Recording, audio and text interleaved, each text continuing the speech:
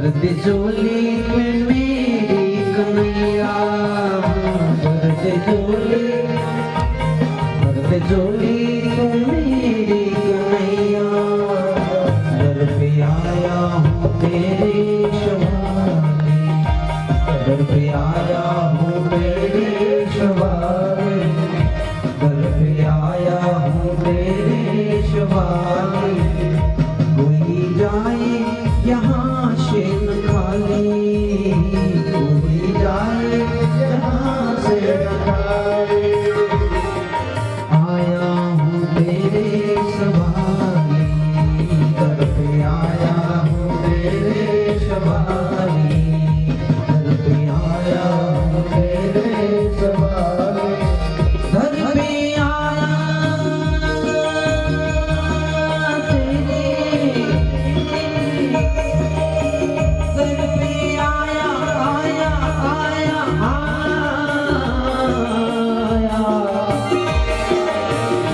दर पे आया हूँ तेरे सवारी, दर पे आया हूँ तेरे सवारी।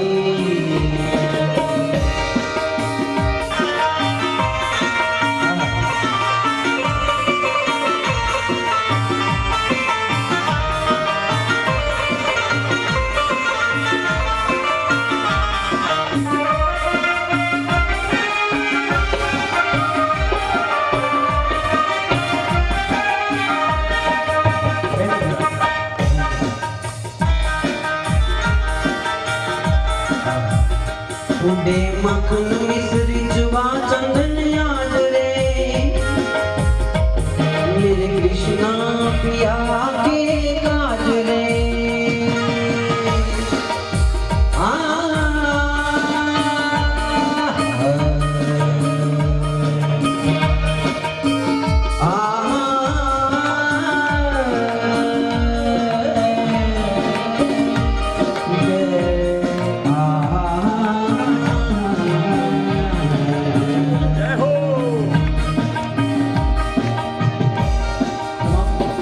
उदे मखन मिश्री जुआ चंदन आज रे, मेरे कृष्णा पिया के काज रे, गावो कृष्णा, गावो कृष्णा, गावो कृष्णा पिया की कवाली, दर पे आया तेरे सवारी, दर पे आया तेरे सवारी, दर पे आया तेरे सवारी, दर पे आया तेरे सवारी, दर पे आया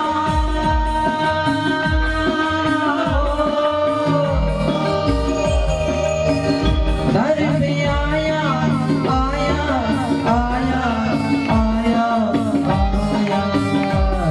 पे आया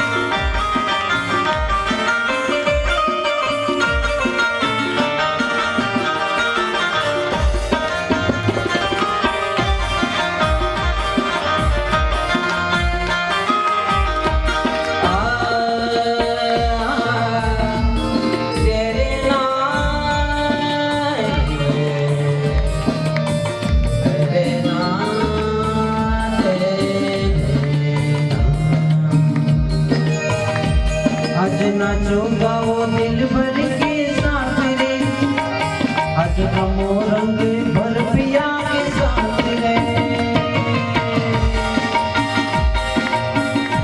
आज नाचो गाओ दिल भर के साथ रे, आज रमो रंग भर पिया के साथ रे, निकल कृष्णा पिया की सवारी, निकल कृष्णा पिया के सवारी, दर पे आया तेरे सवारी,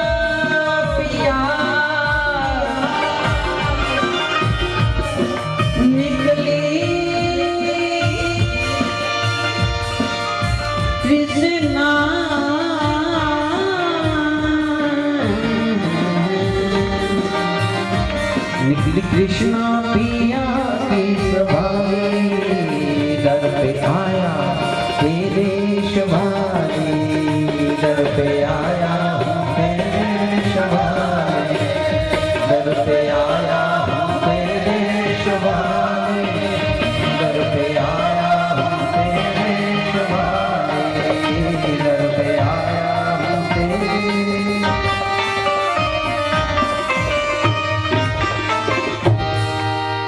प्रबोध गौरम करुणावतारम संसारसारम भुजगेन्द्रहारम सदा सद्गुणं हृदयारविन्दे भवं भवानी सहितं नमामि।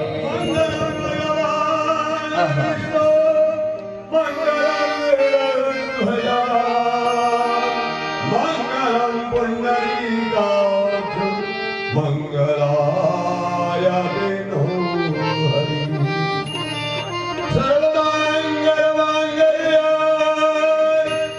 शिवे सर्वार्थसाधिके शरणे त्र्यंबके गौरी नारायणी नमोस्तुते मंदिराय प्रदवितु प्रदक्षिणं कृतौ साधारण करणे शब्दालयादनवरिदाय निदत्तनिन्दहकृतं देवाय गङ्गन्वानानवदनं दुर्गं यानि गानि दिवापानि जलमङ्गलकृतनिष्ठः तानि दानेन प्रदक्षिणां पन्ति हस्ते गुरुवयक्षतगृहीतवान्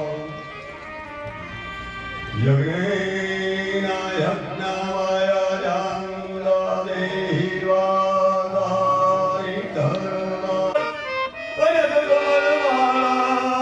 कंठले जयितवान् शिरसितोऽयं मन्त्रपुष्पाञ्जलिस्ते हृदयकमलमध्ये देवहर्षस्तनो कुलविद्या बुद्धि धना ऐश्वर्य पुत्र पुत्रादि संपदा पुष्पाञ्जलि फलालेन देहि मे वाञ्छितं ईप्सितं फलम् इति मन्त्रेण भगवतचरणे मन्त्रपुष्पाञ्जले समर्पयामि प्रार्थनापूर्वकं नमस्कारोमि प्रदक्षिणां कृतम्।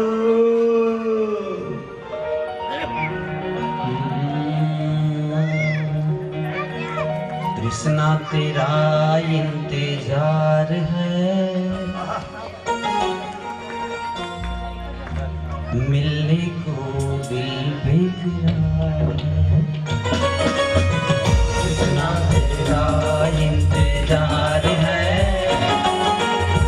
मिलने को दिल बेकरार है कृष्णा तेरा इंतजार है मिलने को दिल बेकरार है कृष्णा तेरा इंतजार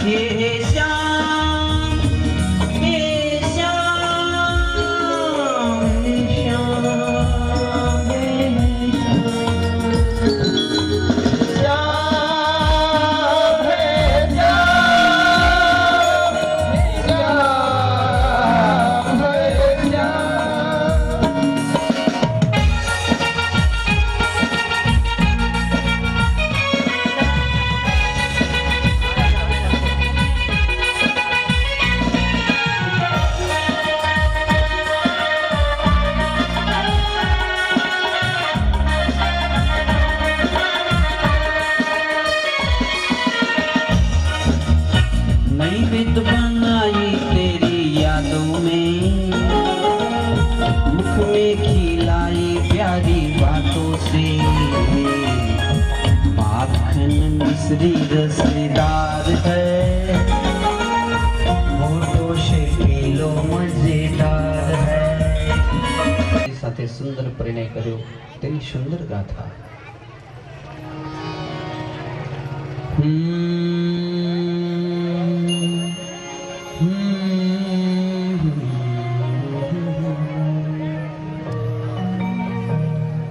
तुम प्यार का सागर है, तू प्यार का सागर है, तेरी एक बूंद के प्यासे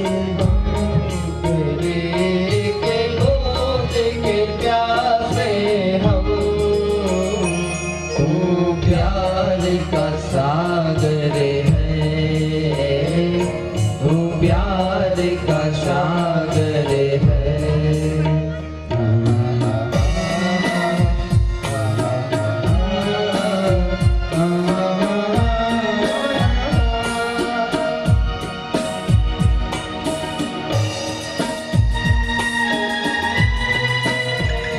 तुझसे करूं मैं प्यार, तुझसे करूं मैं प्यार, भक्त विवासी है, तू भक्त विवासी है, तेरी एक बूंद के प्यासे हम, तेरी एक बूंद के प्यासे हम, तू प्यार का सागर है, तू प्यार का सागर है, तू प्यार का सागर है,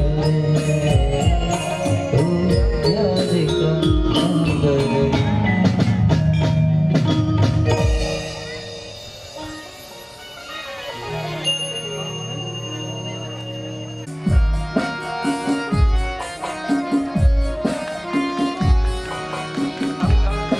હવે સામે જુઓ।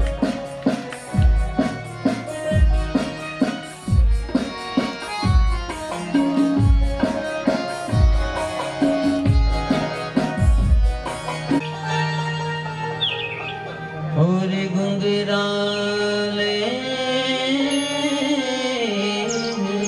बाल, तेरी मूरत मीठी है, तेरी मूरत मीठी है।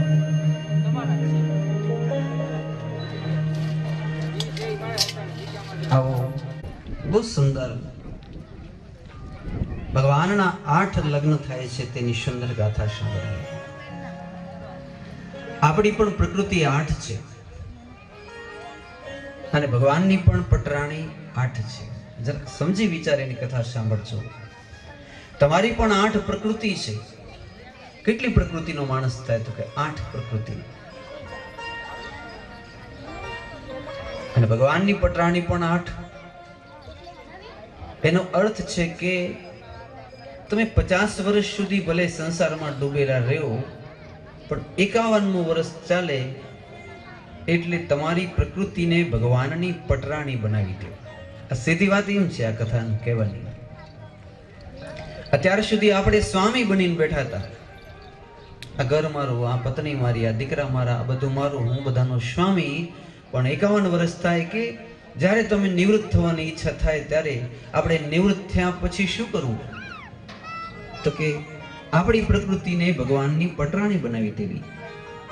આ કથાનો મતલબ આ છે। આપણી પટરાણી ભગવાનની થઈ જાય, આપણી પ્રકૃતિ। તમારી પ્રકૃતિ શું છે? તમારે શું કરવું? તો કે મારે મારી પ્રકૃતિને ભગવાનની પટરાણી બનાવી છે, ભગવાનની દાસી બનાવી છે। હું ભગવાનનો દાસ છું। આ ભાવ સાથે તમે 8 કથા સાંભળજો। એમાં પહેલા પટરાણી છે ભગવતી રૂક્ષ્મણી। ભગવાન ઉપર એક વખત ભાદરવા સુદ ચોથના ચંદ્ર જોયો,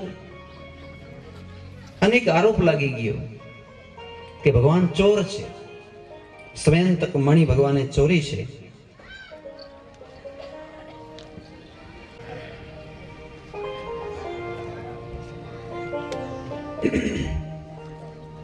ઘણા લોકો એમ કહે કે 11 શું કામ રાખવી? આ જ્યોતિષ શાસ્ત્ર છે સાહેબ. યમરાજાની કાળપાશ નામની નાડી ચાલતી હોય, ચંદ્રમા કે સૂર્ય, આખો દિવસ નાડી કઈ ચાલે? યમપાશ. એ દિવસે માત્ર ગણપતિ બાપાની ઉપાસના કરવાની, પણ ભૂલે ચૂકે ચંદ્રના દર્શન એ દિવસે ન કરવા. એ જ પ્રમાણે જ્યારે 11નો દિવસ હોય, અંધારી કે અજવાળી, એ દિવસે અમૃત નાડી ચંદ્રની હાલતી હોય. કોઈ જ્યોતિષીને પૂછવાનું છે, અમૃત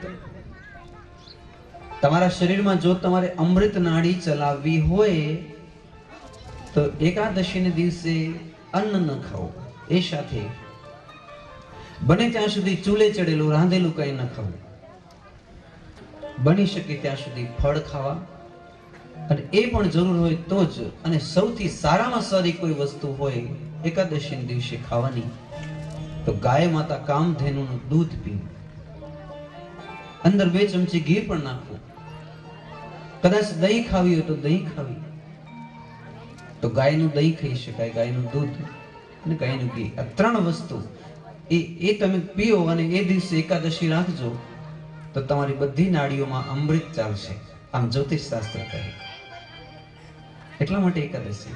આપણા ઋષિઓ છે ને દરેક વસ્તુમાં વિજ્ઞાન લઈને બેઠા છે. ફળ તો જે મળવાનો હોય તે મળે, નરકમાં જઈ કે સ્વર્ગમાં એ આખી અલગ વાત, પણ તંદુરસ્ત તો રહેવું પડે કે નહીં? શરીરને સાચવવું જોઈએ કે નહીં? અને શરીરને સાચવવા માટે જરૂર છે એકાદશીના દિવસે અમૃત નાડીને ચાલુ કરવી. અનાજ ખાશો, રાંધેલું ખાશો તો એ નાડી નહીં ખુલે. તો બધા વૈષ્ણવ કહી ગયા એકાદશી રાખો. દક્ષિણ ભારતમાં શિવના ભક્તો કહી ગયા એકાદશી રાખો, કારણ કે એ દિવસે આકાશની અંદર અમૃત નાડી ચાલશે. આ જ્યોતિષ શાસ્ત્ર. આ વસ્તુ ખાસ સમજવા જેવી છે. આપણા એક તમને કોઈ ન સમજાય તો મને કહેજો. દરેક વસ્તુનો વૈજ્ઞાનિક નિચોડ છે કે શું કામ રાખવું જોઈએ, એનું કારણ શું. તો બધી વસ્તુની એની અંદર કંઈક ને કંઈક વિજ્ઞાન સમાયેલો છે. તો ચોથના દિવસે ભગવાને ચંદ્ર જોયો, આરોપ લાગ્યો, જાંબુવતથી યુદ્ધ થયું. જાંબવતજી 27મી દિવસે હાર્યા, ત્યારે પોતાના દીકરી જાંબવતીજી, કન્યાકુમારી કેટલા ગયા છે એમાંથી? કન્યાકુમારી, હા રામજીભાઈ, જય હો જય. બહુ સરસ. ત્યાં કને એક માતાજીનું મંદિર છે વેદવતી, કન્યાકુમારી, એના પગલા છે. જોયા છે? દરિયામાં આપણે બોટમાં બેસીને જઈએ અને ખાસ જોવા જેવી એ વસ્તુ છે એ માતા વેદવતી, એની કન્યાકુમારી કહેવાય. એ તપ કરતા હતા. ધ્યાનથી સાંભળવા જેવી કથા છે. એ જગ્યાએ બેઠીને રાવણ ત્યાં આવ્યો, નજીક થાય ને દરિયો, અને જોયું કે આ હા રૂપ રૂપનો અંબાર જેવી જોગમાયા તપ કરી. રાવણેજીને હાથ પકડી લીધું કામ વાસના ભાવથી. એટલે પેલી માતાજી કીધું કે હે રાવણ, તે મારા હાથ પકડે, હું તો પ્રજાપતિની દીકરી છું અને તપ કરું છું. એને કરોડો વર્ષ થઈ ગયા. હું ભગવાન વિષ્ણુને પતિ બનાવવા માટે તપ કરું છું. તે મારા શરીરને આમ પકડી લીધું, આ શરીરને અભડાવી નાખ્યું. એટલે હું તો હમણાં જ આ શરીર છોડી દઈશ, પણ જાતે જાતે તને શ્રાપ દઉં છું કે હવે પછી કોઈ પણ સ્ત્રીને તું કામ વાસનાના ભાવથી અડીશ તો તારી ખોપરીના 100 ટુકડા થઈ જશે, તરત તારું મૃત્યુ થશે. અને બીજું કે તારા મરણનું નિમિત્ત કારણ પછી હું જ બનીશ. બરોબર છે? એટલે પછી અંતર ધ્યાન થયા ત્યારે ભગવાને એને વરદાન આપ્યું કે જ્યારે રામજી સીતાજીને એમ કહે છે કે તમે અગ્નિમાં સમાઈ જાઓ, કાલે રાવણ હરણ કરવા આવશે, ત્યારે સીતાજી અગ્નિમાં સમાઈ ગયા, ને જે છાયા સીતા નીકળ્યા એ છાયા સીતા એટલે આ વેદવતી, કારણ કે રાવણના મોતનું નિમિત્ત બનીને પ્રગટ થવાના હતા. એટલે એ જ છાયા સીતા માતાજી રાવણના મોતનું નિમિત્ત બનીને પ્રગટ થયા. એટલે છાયા સીતા રૂપે એનું પછી મોત થયું. વળી પાછી અગ્નિ પરીક્ષા થઈ. માતાજી તપ કરવા માટે હાલા ગયા, પણ એણે કીધું કે હજી કૃષ્ણથી તો લગ્ન થયા નહીં. એટલે ભગવાને કીધું કે તમે જાંબવતના દીકરી જાંબવતી બનશો ત્યારે હું તમારું પાણી ગ્રહણ કરીશ. બાલ કૃષ્ણલાલ કી પ્રેમ સે કહેના પડેગા જય શ્રી કૃષ્ણ. જો ઇતિહાસ ક્યાંથી ક્યાં પહોંચી ગયો. જાંબવતના દીકરી જાંબવતીજી ઈ જ વેદવતી છે, ઈ જ છાયા સીતા છે, મૂળ પ્રકૃતિ. અને પાછો વિનાશ પણ ઈ જ કરાવશે, કારણ કે જાંબવતીનો દીકરો શાંબ દારૂ પીને પેટમાં તાંશેલી બાંધીને ઋષિઓને પૂછશે કે આ પેટમાંથી દીકરો જન્મશે કે દીકરી, અને ઋષિઓ એમ કહેશે કે દીકરો નહીં જન્મે, દીકરી નહીં જન્મે, પણ તમારા 56 કોટી યાદવનો નાશ થાય એવું સામેલું મુસલ જન્મશે. તો એ જાંબવતી માતા કી જય, એની જય જયકાર કરો. સતરાજીત મહારાજને એક દીકરી જેનું નામ છે સત્યભામા. ભગવાનના એક લગ્ન તેની સાથે થયા. એક એવી કથા છે કે સાક્ષાત જમના મહારાણી જમરાજાની દીકરી, જમની બહેન આંખો બંધ કરીને સૂર્યલોકમાં તપ કરે. ભગવાન વિષ્ણુ પ્રગટ થયા કે તું મારું કેમ તપ કરે છે? બોલે તમે મારા પતિ બનો. તો કે મારે તો આ વખતે નિયમ છે કે લક્ષ્મી સિવાય વૈકુંઠમાં કોઈને પણ પત્ની બનાવવા નહીં. માટે જો તમારે મારા પત્ની બનવું હોય તો દ્વાપર યુગમાં જ્યારે હું કૃષ્ણ અવતાર ગ્રહણ કરું ત્યારે તમે કાલિંદ્રી માતા બનીને જમનાના કાંઠે બેસજો, હું તમારાથી વિવાહ પરિણય કરીશ. તો એ માતાજી જમના મહારાણી સ્વયં કાલિંદ્રી બનીને બેઠા અને ભગવાનના શ્રી લગ્ન થયા કાલિંદ્રી માતા સાથે. પહેલા રુક્ષ્મણી, બીજા જાંબવતી, ત્રીજા સત્યભામા, આ ચોથા કાલિંદ્રી દેવી. પાંચમા એક દેવી છે જેનું નામ છે મિત્રવૃંદા.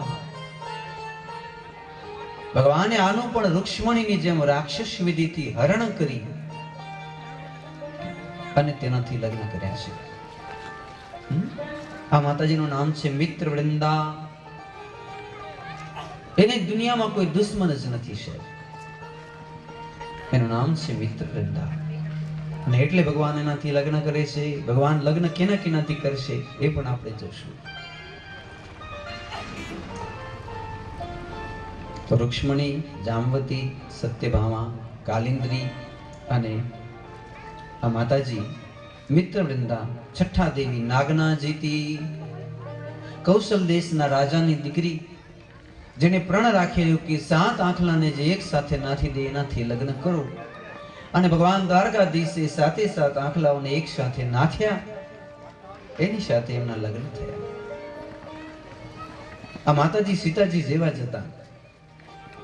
એ નાનપણમાં એમાં એટલી તાકાત હતી કે 7 આંખલાઓ સાથે એ કુસ્તી કરતા ને દરરોજ 7 આંખલાઓને આમ એમ કહેવાય કે હરાવી દેતા.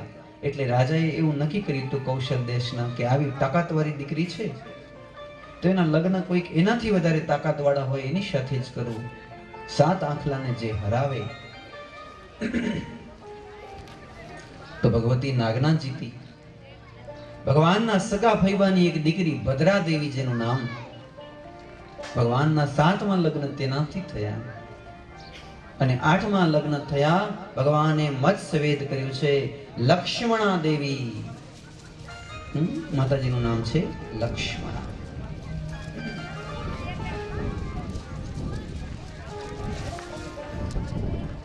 તમે બહુ ધ્યાનથી કથા સાંભળી છે અને એટલા માટે મન કહેવાનો પણ બહુ જ આનંદ આવે છે. હવે આના હકીકતે ભાવ શું થાય? આપણે ભગવાનની પટરાણી આપણા સ્વભાવને બનાવવા હોય, આપણી પ્રકૃતિને બનાવવી હોય, આપણી વૃત્તિઓને એમ થાય કે આપણે ભગવાનની પટરાણી જ બની જાવ, ભગવાનના સેવક અને દાસ બનવું. તો કેમ બનવું? પહેલું રુક્ષ્મણી. વૃક્ષ એટલે ઉદાસીન, જેને ખાવાનો શોખ નથી, જેને પહેરવાનો શોખ નથી, સારા સારા ઉપભોગોનો શોખ નથી, સંસારની જાજી માયાનો શોખ નથી, બધાથી ઉદાસીન છે. બધાને લાગે એમ કે સંસારમાં ડૂબેલો છે પણ અંદર ખાને એ સંસારથી બહાર ઉઠેલો હોય. આવી રીતે જે ભજન અને ભક્તિ કરે એ ભક્તનું નામ છે રૂક્ષ્મણી માતા. જેવા ભક્ત એના જેવા છે. હવે બીજા ભક્ત આવે જાંબવતી જેવા. એ ભક્ત કોણ આવે તો કે લાંબી લાંબી જટાઓ વધારે, એટલે હું નહીં હો. કોઈ મને પૂછે તમે કેમ લાંબા વાળ રાખ્યા, શું કારણ, તો હું એમ કહું કે હું ભગવાનની ગોપી છું, એટલે હું ભગવાનની દાસી છું. સખી ભાવથી, પુરુષ ભાવથી નહીં, પણ ભગવાનની દાસી બની, ભગવાનની ચેરી બની, ભગવાનની ગોપી બની. અને એટલા માટે તમારું નામ છે હરિપાદ રેણુ, ભગવાનના ચરણની રજ. સિદ્ધાર્થ મહારાજ હરિપાદ રેણુ, ભગવાનની ચરણની રજ, ગોપી બનીને રહેવું. પણ આપણી શું કક્ષા છે કે આપણે ગોપી બનીને રહી શકીએ? મારે તમને એ કેવું કે બીજા એવા જે લાંબી લાંબી જટાઓ, આ જટા ન કહેવાય, ગુચડા વાળી રીચ છે, લાંબી લાંબી દાઢીઓ હોય, હે આમ આખા રૂવાણાઓ વધી ગયા હોય અને દૂરથી જાણે રીછ જેવા જ લાગતા હોય. ઘણા સાધુ હોય ને એવા, આપણે કઈ જટાધારીને અવધૂતો, એ અવધૂતોની કાષ્ટ આવે જાંબવતી જેવા ભક્તો, જે ગુફાઓમાં પણ બેઠા હોય હજારો વર્ષો સુધી.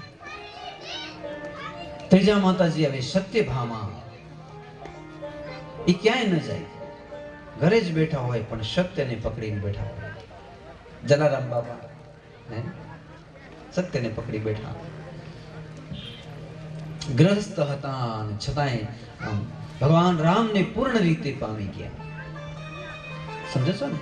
ઘણા એવા નિષ્ઠાવાન ભક્ત હોય, પતિ અને પત્ની સાથે મળી એવું સત્યપૂર્વકનું જીવન જીવતા હોય, તો એ ભક્તો છે સત્યભામા જેવા. એક ભક્ત છે વળી કાલિંદ્રી જેવા. કેવા? કાલિંદ્રી જેવા. કાલિંદ્રી એટલે કે જેને નદીને કાંઠે આશ્રમ બનાવીને બહુ ગમે.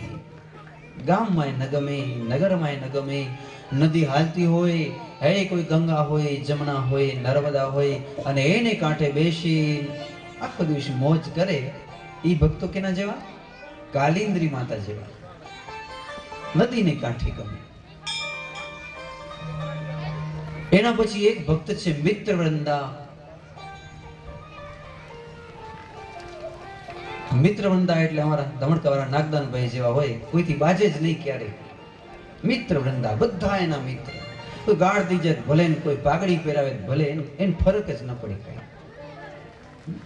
મિત્રવૃંદા સદૈવ એક સ્થિતિમાં રહે, એને કઈ ફરક ન પડે, બધાને મિત્ર બનાવે.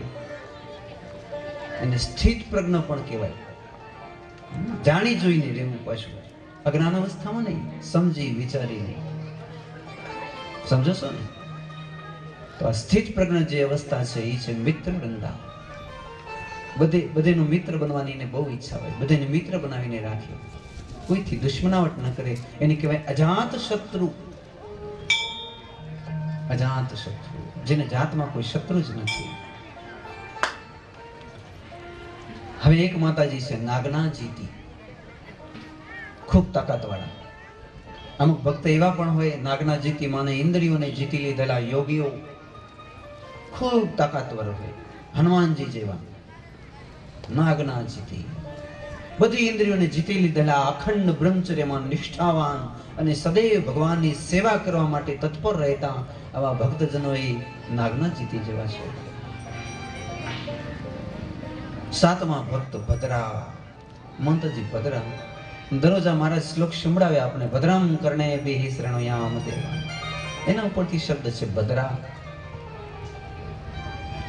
ભદ્ર એટલે ઇજ્જત ભર્યું જોવું, ઇજ્જત ભર્યું ખાવું, ઇજ્જત ભર્યું જીવન જીવું, સદૈવ ઇજ્જતમાં રહે, ઇજ્જતથી બધાને બોલાવે, સંપૂર્ણ મર્યાદાના ગઢમાં બાંધીને રહે. ભદ્ર એટલે વિશિષ્ટ પ્રકારની મર્યાદાથી જીવન છે. ઘણા લોકો એવું જીવન જીવતા હોય, ભદ્રા જેવું. ભદ્ર એટલે એ ગ્રેડનું, એ કક્ષાનું, સૌથી શ્રેષ્ઠ સારું, મર્યાદાથી ભરપૂર, વિદ્યાથી ભરપૂર, જ્ઞાનથી ભરપૂર, જે પણ કહો, સંપૂર્ણ ભદ્ર. અને એનાથી આગળ એક કક્ષા આવે લક્ષ્મણા દેવી, જેનો લક્ષ્ય એક જ છે. લક્ષ્મણા એટલે લક્ષ્ય હોવું. તમારું શું લક્ષ્ય છે? તો કે ઈશ્વર પ્રાપ્તિ. શું કરી લેશો મર્યા પહેલા? ઈશ્વર પ્રાપ્તિ.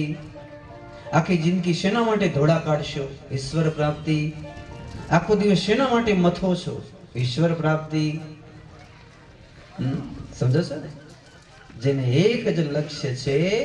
શું લક્ષ્ય છે? ઈશ્વર પ્રાપ્તિ. આટલું સમજાઈ જાય ને ખાલી સાહેબ તો એને આખી ભાગવત સમજી લીધી કહેવાય.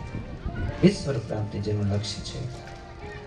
પછી તે ગમે તે હોય, સ્ત્રી હોય, પુરુષ હોય, શૂદ્ર હોય, બ્રાહ્મણ હોય, કોઈ પણ કાસ્ટ હોય, કોઈ પણ ધંધો કરતો હોય, પણ એનું લક્ષ્ય એક જ હોય, ઈશ્વર પ્રાપ્તિ. તો આ પ્રકારના ઘણા ઘણા ભક્તોની કથા, એમાં 8 પટરાણીઓની આપણે કથા કીધી. હવે 16,108 પટરાણીની કથા સાંભળીએ.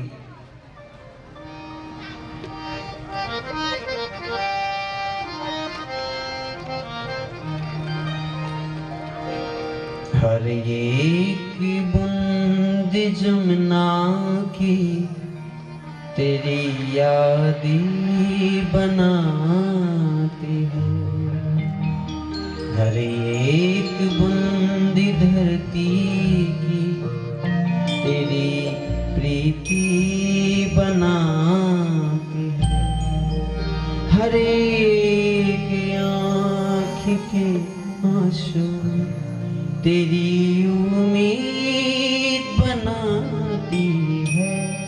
श्री राधे बोल तू प्राणी, श्री राधे, श्री राधे बोल तू प्राणी, श्री राधे, श्री राधे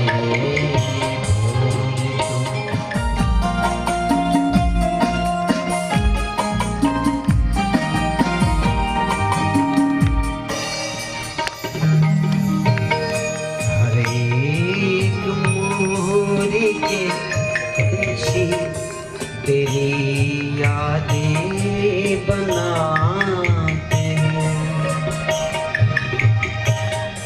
हर एक गाय के बछड़े तेरी यादें बनाते हैं, हर एक प्रेम के पंछी तेरी बोली बताते हैं।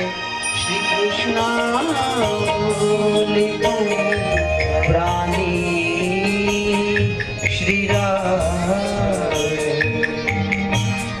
श्री राधे बोले तू प्राणी, श्री राधे,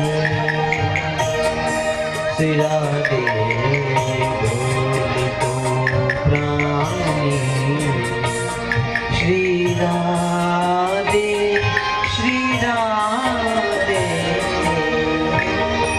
श्री राधे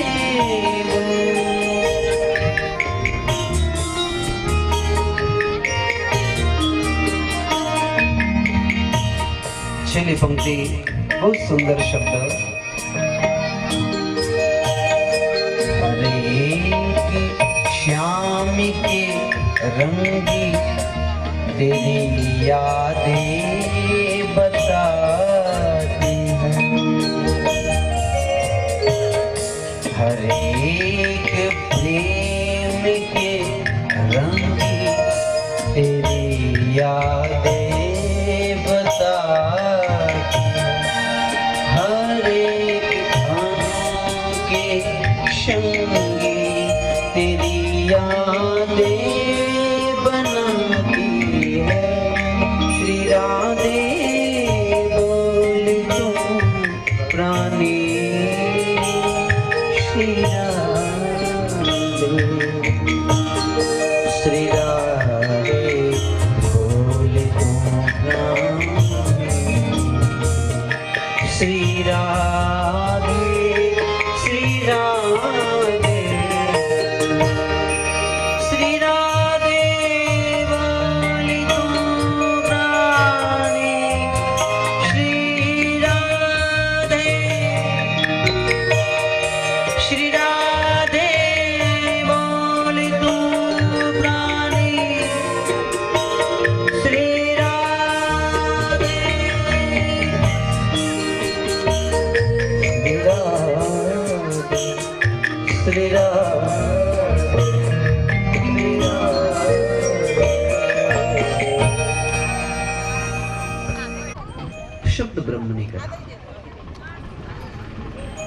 આગળની એક કથા એવા જ પ્રેમથી ભરપૂર છે, જેમાં ભગવાનના કેટલા લગ્ન થાય છે? 16,100. આ પણ થોડું સમજવા જેવું છે. 16,100 એ વેદની ઋચા છે. કોઈ તમને પૂછે કે 16,100 એટલે શું?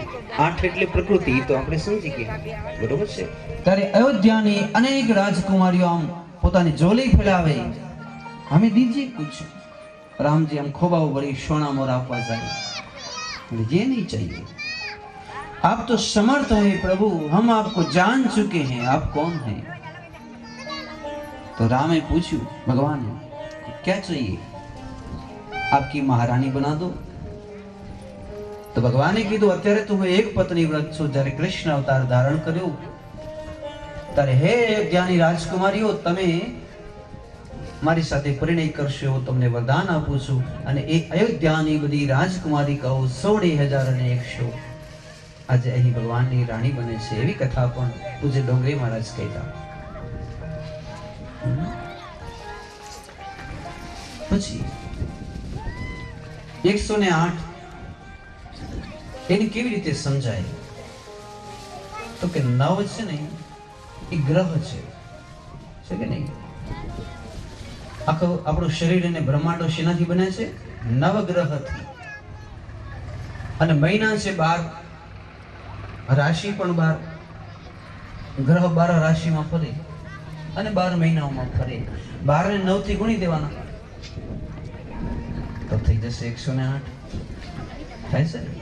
તો આખું આ 108 નું ગણિત જ્યોતિષ શાસ્ત્ર પ્રમાણે 108 થશે.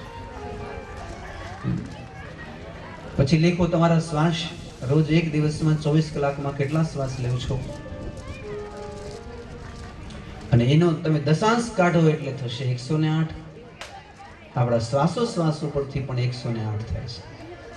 એટલા માટે આપણા માટે 16,100 ની જે 8 છે એની આખી ગણતરી છે. ઘણા સંતો તો એમ કહે છે કે 100 છે એ તો ચિત્તની વૃત્તિ છે મહારાજ, 8 એ પ્રકૃતિ છે. ચિત્તની વૃત્તિ સતરૂપા છે, 100 પ્રકારના રૂપ ધારણ કરે છે. તે ચિત્તની વૃત્તિઓ ભગવાનની દાસી બની છે. અને 16,000 છે એ ધારણા અને ધ્યાનની સમાધિઓની કક્ષા છે.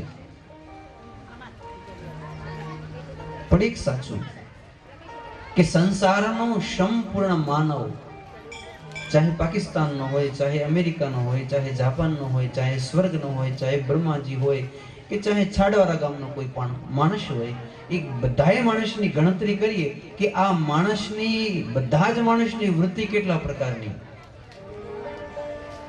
બ્રહ્માંડમાં, તો પછી ગણતરી કરતા થાય 16,100. વિદ્વાનો આવું માને છે. આખા બ્રહ્માંડના માણસોની વૃત્તિઓની ગણતરી 16,100. આ કથા થોડીક સાંભળવા જેવી છે કે એક અસુર હતો જેનું નામ હતું ભૌમાસુર. જે માં ધરતીનો દીકરો હતો જેનું નામ હતું મંગળ. પણ પોતાના મિત્ર બધા અસુર હતા, મૂર રાક્ષસ ને એવા બધા એના મિત્ર હતા. તો મિત્રની સંગતથી માં ધરતી અને ભગવાન વરાહનો દીકરો પણ અસુર બની ગયો. વળી પછી એ જ વાત મારે તમને કહેવી કે દીકરાઓ અને દીકરીઓ જ્યારે જવાન થાય ત્યારે બહુ સાચવજો, નહીં તો ધરતીમાંનો દીકરો પણ અસુર બની ગયો છે, ભૌમાસુર. વરાહ ભગવાનનો દીકરો પણ અસુર બની ગયો. જવાનીમાં દીકરા અને દીકરીને બહુ સાચવજો. આપણે જ્યારે નાનકડા હતા ને, ભાઈ આપણી તો શું, મહારાજ શ્રીને તો ખબર છે, અમારા પિતાશ્રીની, કે અમારા મોટા ભાઈના લગ્ન 4 દીકરાઓ થઈ ગયા હતા. તો એ બાપુજી સામે જવું હોય ને તો 7 વખત વિચાર કરવો પડે. અને એમનાથી વાત કરવી હોય તો 2 દિવસ નીકળી જાય કે વાત કરવા માટે. એટલું આપણી જીગર ના હાલે કે આની સામે આપણે કેમ વાત કરી શકશું, એટલી મર્યાદા. અને એના પ્રતાપ છે, આ બધા સંસ્કારો એના ભરાયેલા છે. જેટલા તમે કઠોર થશો તમારા દીકરાઓ પ્રત્યે, એટલા એની અંદર સંસ્કાર ભરાશે. જેટલી તમે છૂટી દોડ મૂકી દેશો, તારે જોઈએ એટલા રૂપિયા લઈ જાય, જોઈએ તેટલા મોબાઈલ વાપરશે, જોઈએ એટલું ફલાણું કરશે, પછી તમે એનું પરિણામ જોશો. ભલે ઘણી વખતે સારા દીકરા પણ હોય છે, એમ નથી કહેતું, પણ આ તો જનરલ બધાય માટે વાત કરું છું. એટલે આ વસ્તુ જીવનમાં ઉતારવા જેવી છે. જેટલા પિતા કઠોર થશે, જેટલી માતા કઠોર થશે, એટલા દીકરા અને દીકરીઓ. આમ પેલો કુંભાર જ્યારે આમ માટલા ઘડે, આ પ્રજાપતિને તમારે શું શીખડાવવાનું હોય, પણ આમ જ્યારે આમ ઉપરથી આમ થાપલી મારે ને, તેમ ઈ પાકું થતો જાય સાહેબ. સાચી વાત ને? અંદરથી હાથ દે, બહારથી આમ થપાટ મારે. એમ આપણે પણ આપણા દીકરા દીકરીને અંદરથી લાડ કરવાનું. બહારેથી આજના દીકરાઓને તો કઈ કહી ન શકાય. લ્યો, કઈ કીધા ભેગા ભાગી જાય, ટ્રેનના પાટામાં પડીશ ને હવે પાછો નહીં આવું. અંદરથી એને લાડ કરજો, બહારથી એને ટપલી મારજો સાહેબ.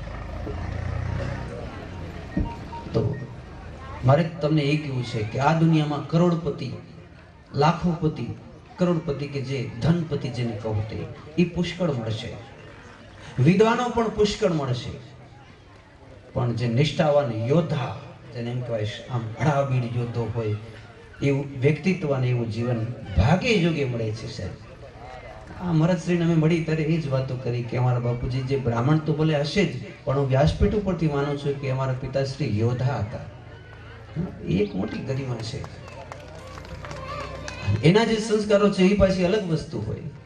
તો આ ઘણા બધા માણસોને જોઈએ, એમાંથી મને જેનું વ્યક્તિત્વ યોદ્ધા જેવું લાગે ને સાહેબ, હજારો માણસો એની વાતને ટાળે નહીં, એવો માણસ મને બહુ ગમે, અંદરથી ગમે એનું વ્યક્તિત્વ. તો ભગવાનનો દીકરો હોવા છતાં અસુર થઈ ગયો. લે,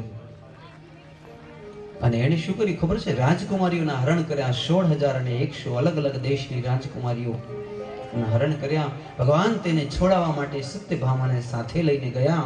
મૂળ રાક્ષસનો વધ કર્યો. મૂળ રાક્ષસની દીકરીના લગ્ન ભીમના દીકરા ઘટોત્કચથી ભગવાને કરાવી આપ્યા. એવી પણ કથા છે. અને પછી 16,100 દીકરીઓને કીધું કે જાઓ તમારે ઘેર, બાપને ઘેર. લે પાલખીમાં બેસો. એ ભાઈઓ, આને જ્યાં જ્યાં તું ક્યાંની દીકરી? તો કે ગાંધાર દેશની, અફઘાનિસ્તાન. મૂકી આવો. તમે ક્યાંના? ફલાણા દેશના. મૂકી આવો. ખબરદાર કોઈ આની સામે આંખ ઊંચી કરીને જોશોમાં. તો બધી દીકરીઓ ભેગી થાય છે. આ સમજવા જેવી વસ્તુ. અને એમ કે બાપુ તમને ખબર નથી, દ્વારકાધીશ, કે આ ભારત દેશની અંદર આદશક્તિ સ્વયં જગદંબા હતા, ભગવતી સીતાજી. અને જેને રાવણને ત્યાં કોઈ દી રાવણનું ઘરે નહોતું જોયું, બગીચામાં, અશોક વાટિકામાં, ખુલ્લા ઝાડ નીચે જ બેઠા હતા, એની ઇજ્જત સામે આંખ ઊંચી કરે એવી કોઈની તાકાતે નથી, તોય આ ભારત દેશમાં અયોધ્યામાં સીતાજીની નિંદા થતી હતી. આ એવો દેશ છે. તો આજે આ રાક્ષસ પેલો ભૌમાસુર અમને હરણ કરી આવ્યો, એને 5 વર્ષ થયા, અમને જેલમાં પૂરી રાખી. હવે અમે મારા બાપને ઘેર જશું, એટલે અમારો બાપ અને મા તો એમ કહેશે કે આ દીકરીને તો એ ઉપાડી ગયા હતા કોઈ, અને આ દીકરીનું હરણ થઈ ગયું છે, એને કાળી ટીલી લાગી ગઈ છે. તો આ દીકરીને હવે આપણે તો આ ભારાને કેમ સાચવશું? એટલે અમે ઘરે જશું તો પહેલી તો અમારા મા ને બાપ અમારા ઉપર રાજી નહીં થાય. એટલે તમને એમ થાય છે કે અમે દરિયામાં પડીને મરી જઈએ, અથવા સ્વર્ગારોહણને માર્ગે જઈ હિમાળે હાડ કાઢી દઈએ. અને પ્રભુ બીજી વાત એ છે કે કદાચ મા બાપથી જવા દઈએ તો આ સંસારમાં અમને કાળી ટીલી લાગી તો અમારાથી લગ્ન કોણ કરશે? જે આંગળી ચીંધશે કે આને તો ભૌમાસુર લઈ ગયું તો 5 વર્ષ કેદમાં રાખી, પછી ન જાણે શું થયું હશે, એનું કેવી ટીલી લાગી. અમારાથી કોઈ લગ્ન કરવા, કોઈ ભારત દેશનો રાજકુમાર રાજા કોઈ તૈયાર નહીં થાય. અને માની લો કે આખી જિંદગી લગ્ન ન કરીએ, પણ પ્રભુ અમે જીવન જીવી તો તમને ખબર નથી, એકવાર સ્ત્રી થઈને તમે અવતરિત થાવ તો તમને ખબર પડે કે આ સ્ત્રીને જ્યારે કોઈ ઉપાડી જાય કે લાંછન લાગે, ત્યારે એ સ્ત્રીનું જીવન કેવું નરકથી પણ બદતર થઈ જાય. તો અમને તો ખબર નથી પડતી કે હવે અહીંયા મરી જઈએ, કે બાપને ઘરે જઈને મરીએ, કે સ્વર્ગારોહણમાં જઈએ, ક્યાં જઈએ, શું કરીએ, નામ તમે કયો? અને દ્વારકાધીશની આંખમાં જળજળિયા ભરાયા. દ્વારકાધીશે કહ્યું, હે રાજકુમારીઓ, તમને દુઃખી થયેલી જોઈ આજ મારા અંતરમાં એક વાત ઉભરે છે. આખી સૃષ્ટિ મને દ્વારકાધીશ તરીકે જાણે છે કે દ્વારકાધીશ અખંડ બ્રહ્મચારી છે. અખંડ બ્રહ્મચારી સાથે અખંડ સત્યનિષ્ઠ છે. સંસાર મને જાણે છે. કદાચ તમારા લીધે મને ટીલી ચડતી તો ભલે ચડતી, પણ એક કામ કરો, તમારાથી કોઈ લગ્ન ન કરે તો કાંઈ નહીં, આ દ્વારકાધીશ તમારાથી લગ્ન કરશે. તમારાથી કોઈ લગ્ન ન કરે તો વાંધો નહીં, હું લગ્ન કરીશ. પણ પહેલે જ તમને કહું કે હું સામાન્ય મનુષ્ય નથી, સચ્ચિદાનંદ રૂપ છું.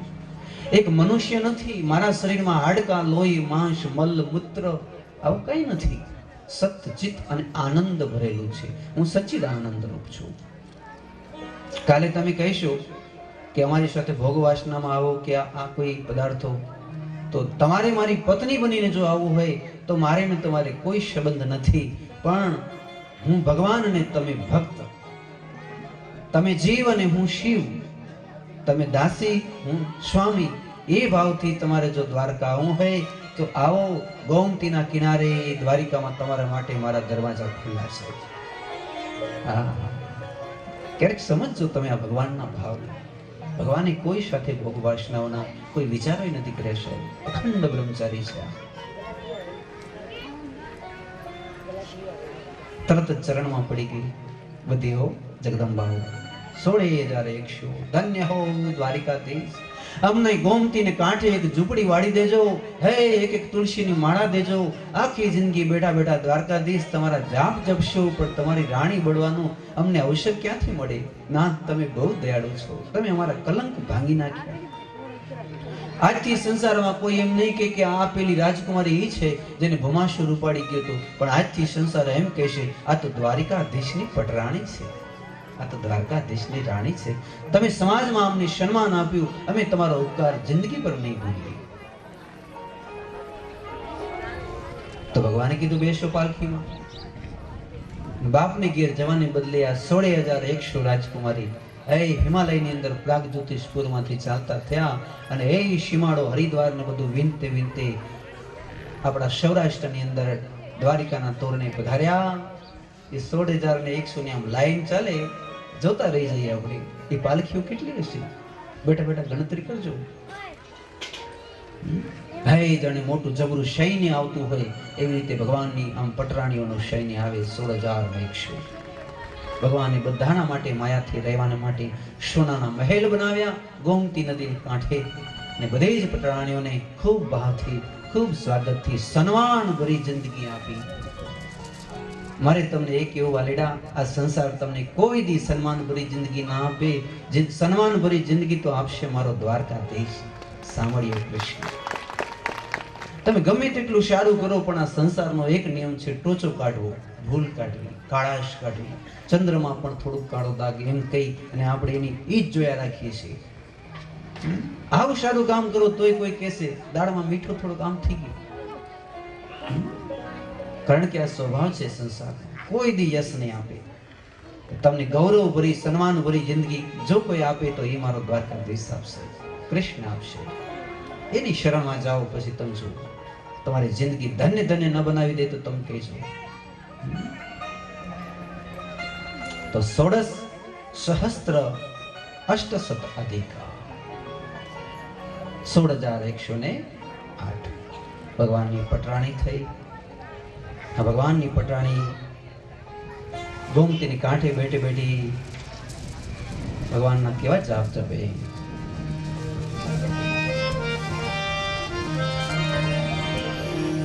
નમો કૃષ્ણ પ્યારે, નમો કૃષ્ણ પ્યારે, નમો કૃષ્ણ પ્યારે, નમો કૃષ્ણ પ્યારે, નમો કૃષ્ણ પ્યારે, નમો કૃષ્ણ પ્યારે, નમો કૃષ્ણ પ્યારે, નમો કૃષ્ણ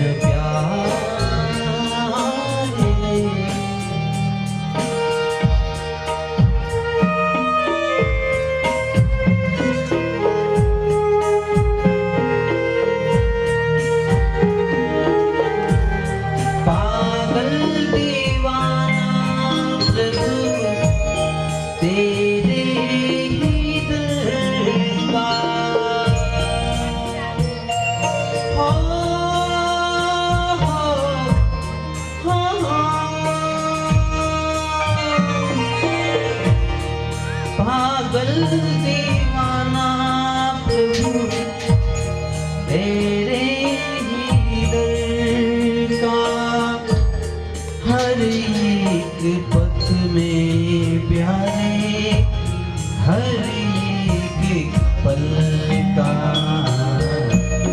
नमो कृष्ण प्यारे, नमो कृष्ण प्यारे, नमो कृष्ण प्यारे, नमो कृष्ण प्यारे, नमो कृष्ण प्यारे, नमो कृष्ण प्यारे, नमो कृष्ण प्यारे, नमो कृष्ण प्यारे, नमो कृष्ण प्यारे।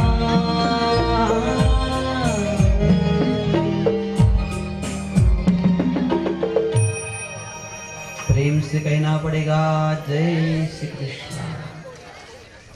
तो हमने सुन ली कथा भगवान की पटरानियों की कथा। આનો અર્થ એ થયો કે કૃષ્ણની કથાને જેમ બાલ ચરિત્ર પણ આપણે ખૂબ ભાવથી સાંભળ્યું, એમ ઉત્તર ચરિત્ર કહેવાય, દ્વારિકા ચરિત્ર, એમાં પણ આપણે કૃષ્ણનું અનુકરણ કરશું કે આટલી બધી પટરાણીઓ હોવા છતાં પ્રભુ નિષ્પૃહ છે, એને જરાય રંજ નથી, ગમ નથી, ડર નથી. કાળક્રમે હે 56 કોટી યાદવો કપાઈ ગયા ત્યારે ભગવાનના 1,61,600 દીકરાના આ માથા કાપેલા પડ્યા છે. પણ ધન્ય હોજો એ દ્વારિકાધીશને એ દીકરાઓની સામે જોયા પછી એનું રૂવાણું ફરક્યું નથી. એવું નિષ્પૃહ ભગવાન છે. એવું નથી કે નિષ્ઠુર છે, નિષ્ઠુર નથી, નિષ્પૃહ છે, માયાથી પર છે, સંસારથી ઉપર ઉઠેલા છે. તો આ પ્રમાણે 16,108 લગ્ન થયા. દરેકે દરેક માતાઓને 10-10 દીકરાઓ થયા.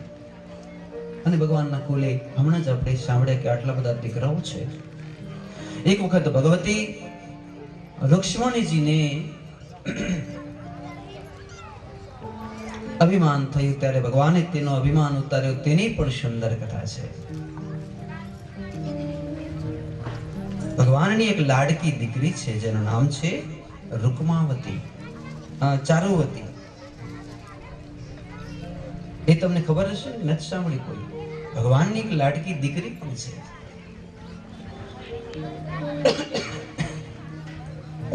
હું ઘણી વખત કહેતો હું કથામાં, એટલે કહું એટલે મારું મન એમ કે ભગવાન રામજીના 2 દીકરા હતા, લવ અને કુશ. ભગવાનને દીકરી નથી. ઈશ્વરની કૃપાથી કદાચ રામજીને જો એક દીકરી હોત તો મને એવું લાગે છે કે રામજીએ સીતાજીને વનવાસ ના આપ્યો, કારણ કે દીકરી એવું વ્યક્તિત્વ છે, પોતાના બાપને કોઈ ન સમજાવી શકતો હોય તેને લાડકી દીકરી સમજાવી શકે. દીકરા બોલી ન શકે બાપ પાસે, પણ દીકરીઓ બોલી શકે. એ પ્રભુને ન કહી શકે કે મારી માનો શું વાંક છે, તમે શા કારણથી પેટમાં બાળક છે ને તમે વાલ્મીકી ઋષિના આશ્રમે મૂકો છો, કે જે કઈ કથા હોય તે. આવું હું વિચારું છું, એવું પુરાણોમાં ક્યાંય નથી લખ્યું. એ શા માટે ભગવાનની એક દીકરી નથી? અને એક દીકરી હત તો આ રામચરિત માનસનો ઇતિહાસ કંઈક અલગ હતો, બીજો ઇતિહાસ હતો. મારા ભાગ્યોદય ક્યારે થશે ત્યારે હંમેશા કહું, તારે ઘેર પહેલે ખોડે દીકરીનો જન્મ થશે, અથવા તો દીકરી જ્યારે તારે ઘેર જન્મશે ત્યારે તારું ભાગ્યોદય થશે. અને સાવ સાચી વાત છે. બધાય પાપનો અંત ત્યારે આવે જ્યારે ઘરે દીકરીનો જન્મ થાય. એ પેઢીનું પાપ લઈ લે સાહેબ, એવો તુલસીનો ક્યારો છે. દીકરી તો દીકરી છે. કૃષ્ણ જે દાદા છે કૃષ્ણ શંકર શાસ્ત્રી, કાલે જ મહારાજ વાત કરતા હતા. એ એમ કહેતા કે અમારી દીકરી છે ને એ તો સુખડનો કટકો છે મહારાજ, આખી જિંદગી ઘસાતી જાય અને મા બાપના નામને ઉજ્જવલ કરતી જાય, ઠંડો ઠંડો લેપ પોતાના સસરા, પોતાનો પતિ, સાસુમાને લગાવતી જાય, પોતે ઘસાતી જાય, પેલા ચંદનના ટુકડા છે. ધન્ય હોજો આ દીકરીઓ જેને પેટે અવતરિત થઈ, માતાઓ પણ ધન્ય હોજો. ભગવાનની પણ એક દીકરી છે, તેના લગ્ન કૃતવર્માના પુત્ર બલિ સાથે થયા છે. લાડકી હતી ચારુવતી માતાજી કૃષ્ણ પ્રભુની. એક શબ્દ ગાઓ.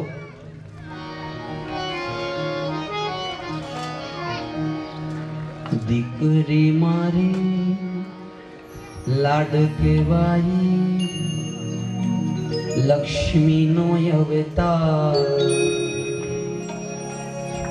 એ સુવે તો રાત ઢળે ને જાગે તો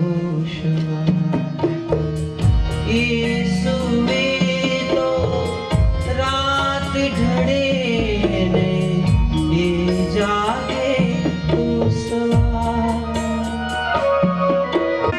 દીકરી મારી લાડ કહેવાઈ, લક્ષ્મી નો અવતાર. એ સુવે તો રાત ઢળે ને જાગે તો જાગે તો ઓ બહેના, ઓ બહેના, યો બહેના, ઓ બહેના, ઓ બહેના. દીકરી મારી કહેવાઈ, લક્ષ્મી નો અવતાર. એ સોઈ તો રાત ઢળે જાગે તો જાગે તો